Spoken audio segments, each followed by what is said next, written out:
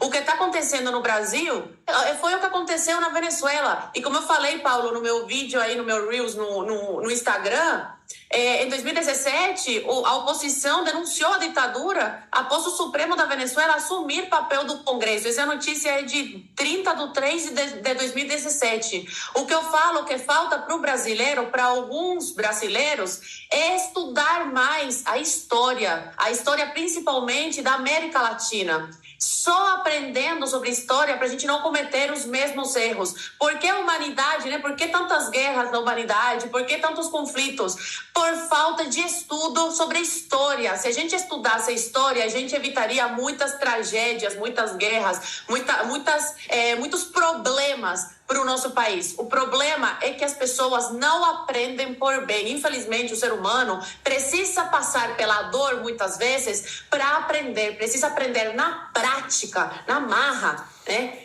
E não pelo bem. Por falta de aviso não foi. Infelizmente, eu adoraria falar que eu estava errada. Mas quantas vezes eu alertei, antes mesmo de entrar aqui no Morning Show, na Jovem Pan, quantas vezes eu falei para as pessoas, olha, estamos nos encaminhando para uma Venezuela. E até pessoas de direita davam risada, falavam que era impossível o Brasil se tornar uma Venezuela. E olha aí, o Brasil venezuelou. Quantas coisas semelhantes temos hoje, manifestantes sendo presos, o Congresso sem poder algum, nossa moeda enfraquecida, o dólar subindo cada vez mais, agora com essa decisão do Gilmar, essa decisão inconstitucional, o dólar subiu mais. Então, quantas coisas hoje temos parecidas com a Venezuela? Infelizmente, por falta de aviso, não foi. Mas, infelizmente, o Brasil está passando o mesmo que os venezuelanos fizeram no começo. No começo, quando você chegava, os cubanos chegavam e falavam, olha, tomem cuidado, a Venezuela vai se tornar uma Cuba. Eles davam risada, literal. Eu tenho primos que trabalhavam em programas parecidos com o Mais Médicos lá na Venezuela. E eles falavam, tomem cuidado. Eles desertaram e acabaram ficando lá, depois migraram para Miami, porque a Venezuela não dá mais, né? Se tornou uma verdadeira Cuba. Mas quando eles alertavam as pessoas, os venezuelanos, eles davam risada. Falavam, tá louco, isso aqui nunca vai virar uma Cuba, a história é muito diferente, olha o país, sei lá, é uma ilha, não tem como instaurarem uma ditadura aqui.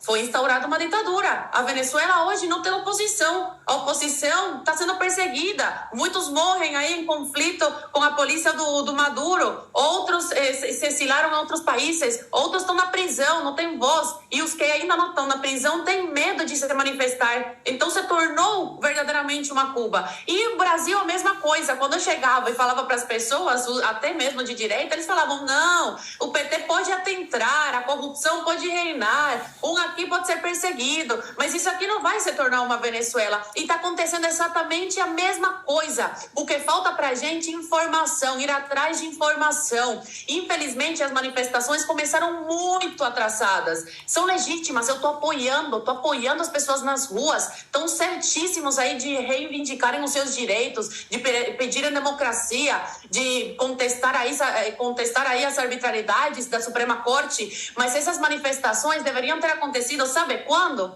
Quando Lula foi solto aí pelos seus comparsas, pelos seus amiguinhos. Naquela época, essas manifestações já tinham que ter acontecido e as pessoas não podiam ter saído das ruas. Porque desde que isso aconteceu, o cenário foi se desenhando para o que a gente está vivendo hoje.